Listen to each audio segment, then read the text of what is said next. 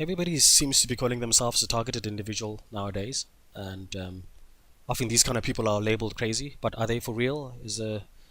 What is this thing, a targeted individual? Simply, it's just a victim of gang stalking and electronic harassment, which doesn't end, and it goes on for a long time, for weeks and months and years. And such a victim is constantly under attack, and their whole life is sabotaged. Their career, their health, everything that sort of is life is completely sabotaged. Um, Targeted individuals are often labeled crazy, delusional. They sort of, when they try and explain what's happening to them, it seems like somebody who needs help, and seems like surely there must be some kind of pill or institution that can sort of take your paranoia away. And unfortunately, the rest of society is in the dark.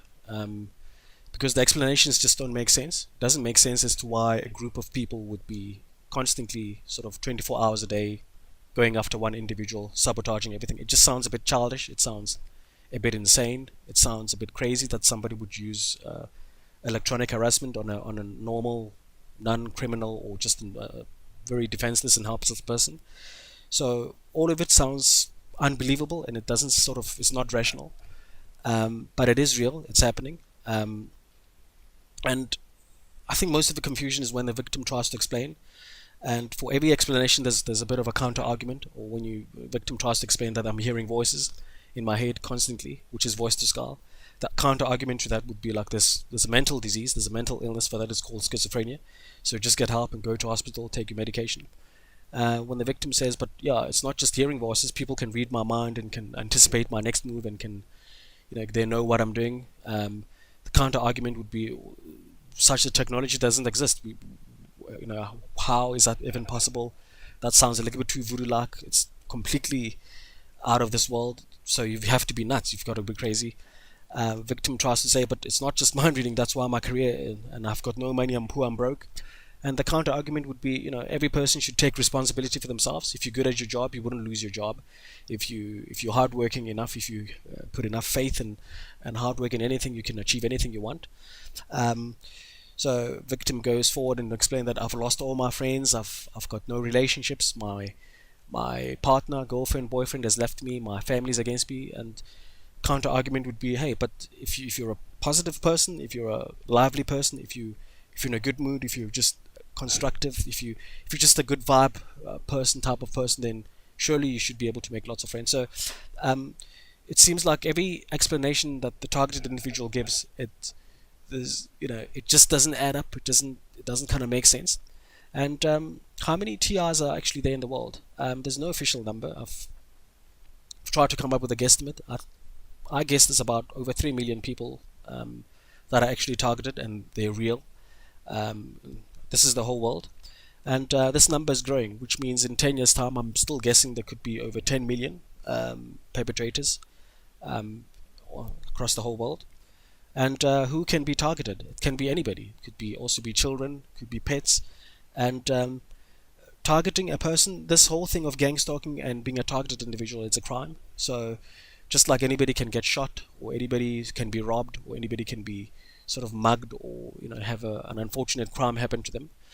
And the typical hardships of what any sort of victim goes through, I mean, biggest one is health. They are under constant pain. Usually there's a fake heart rate, there's a pain to the brain. The brain has actually been systematically destroyed.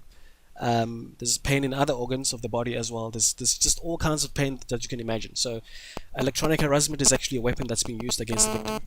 There's also a mental and psychological kind of warfare. Sort of the victim doesn't have any kind of peace or quiet, and they're also under constant noise. There's a lot of strange events happening to them. There's a lot of bizarre events that keep on happening on a daily basis, and those events are strategically designed to throw them off and drive them to be insane. Um, Another problem is that targeted individuals, typically, in most cases, they don't have any kind of privacy. This is how their attacks are so effective. They've got no privacy in their home, wherever they go. They've got zero privacy, so the attackers can see exactly what they're doing, everything they're doing.